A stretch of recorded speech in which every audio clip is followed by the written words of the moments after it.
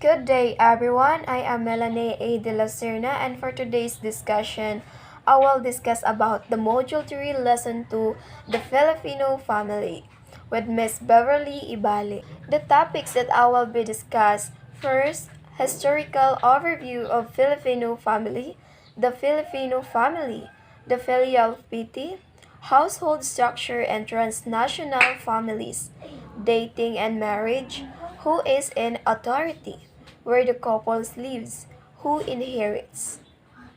But before we start our discussion, here's the objectives. First, identify the structure of Filipino household.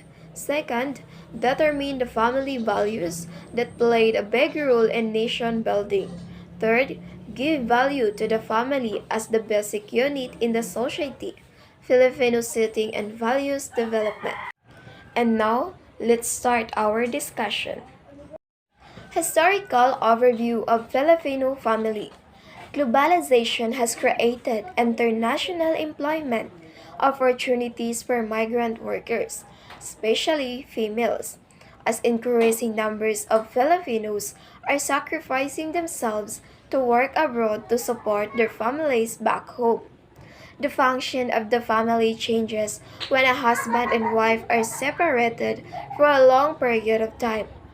Before discussing the dynamic and changing meaning of the concept of the Filipino family, it will be instructive to briefly look at the sum of the historical transformation that have occurred in Philippine society. The traditional regime of the Filipino family has been written about before Mendez and Jocano, 1974. The close relationships between Filipino members of both the nuclear and extended family gather for a photograph. Members of the same kind group assist one another in times of need, and they participate in joint family activities even if they do not live together in the same household. If the family living together in the same residential unit includes members other than a husband, wife, and their children, it is an extended family household. Many Filipino families living in the household. Moreover, Filipinos who move away to study or work in cities, locally and abroad, tend to stay with their more affluent relatives, and this increases the size of the family household. Moreover, the conceptualization of the Filipino family and changing gender roles, as many married females have decided to migrate abroad to work and their husbands stay home to take care of their children. The Filipino family. Family is considered to be the foundation of social life for most Filipinos. The nuclear family is the core family unit. However, bonds are often tight-knit among extended family members. And that people may be encouraged to have a relationship with their aunts and uncles that is just as strong as their relationship with their parents. Close familial relationships often go beyond one's genetic connections or bloodlines to incorporate distant relatives, close neighbors, or friends. For example, it is common to hear people refer to distant relatives or non-relatives with families terms such as tita for aunt, tito for uncle, lola for grandmother, and lolo for grandfather. There are two classifications of family. Nuclear family. This is also known as the conjugal family or family of procreation. Nuclear families are comprised of married partners and their offspring. Extended family. The extended family is the most common type of family in the world. Extended families include at least three generations: grandparents, married offspring, and grandchildren. Filial piety is an important concept in Filipino culture. It is understood as essential in order to maintain the collective phase of the family and to avoid experiencing hiya. See social interactions and hiya in core concept. Many Filipinos hold the beliefs that each family members has several duties and responsibilities they must uphold.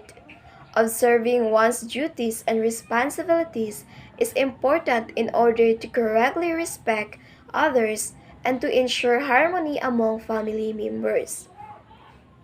For example, family members are required to show respect to their elders at all times. The opinions of younger family members and children opinions are considered to be secondary to their superior. Moreover, those requiring aged care are nearly always taken care by their children or grandchildren. Household structure and transnational families. In a Filipino household, it is common to find three generations living together. Often, grandparents play a large role in raising their grandchildren.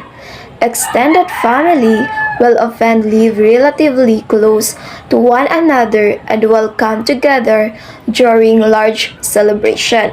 It is common to find families in the Philippines that have some members who return to their family home during weekends after spending a week in major cities for work study. Yung mga maagang nag-asawa na hindi pa nagkaroon ng kanilang sariling bahay, nakitira muna sila sa kanilang mga magulang. Yan ang isang halimbawa ng household structure and transnational families. Di kaya yung mga nag-abroad at iniwan ang kanilang mga anak sa kanilang mga magulang para paalagaan. At times, Filipino society is tagged as patriarchal. This is in part due to machismo attitudes and masculine standards of many Filipino men. However, the Philippines is closer to exhibiting a matriarchal society. The female influence is significant throughout the country, with many women holding senior roles throughout business and the government. In the household structure, it is often the matriarch in charge. Generally, the head of the household is usually the oldest female, often the grandmother or lola. The income from the family members are often pooled together, then the matriarch will look after the family finance. Dating and marriage. In the Philippines, dating often comes in stages, beginning with courtship. Typically, a man will try to impress a female by courting her. If the woman considers the man to be a good shooter, they will continue dating.